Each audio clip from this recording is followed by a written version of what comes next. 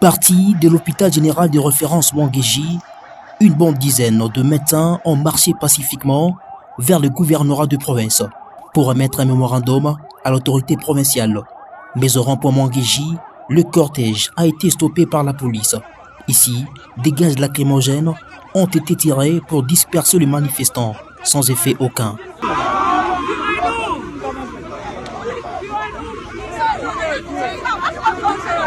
Malgré la confusion, le médecin a refusé de reculer.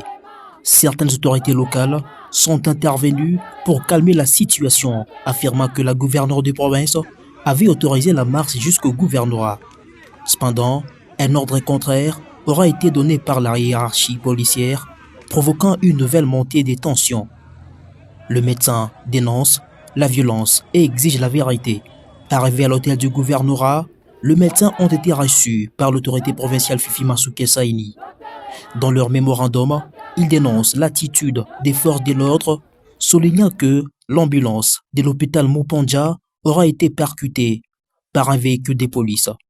Ils exigent notamment la vérité sur la mort du docteur Emmanuel Dibou, soupçonné d'avoir été torturé, une enquête indépendante et un procès public, la suspension de l'enterrement jusqu'à la publication des conclusions officielles, une autopsie indépendante menée par des médecins neutres, la protection du personnel médical face aux abus. Réagissant face à la foule, l'autorité provinciale du Lualaba Fifi Masuke Saini a d'abord présenté ses condoléances à la famille du défunt et au corps médical de la province du Lualaba en particulier.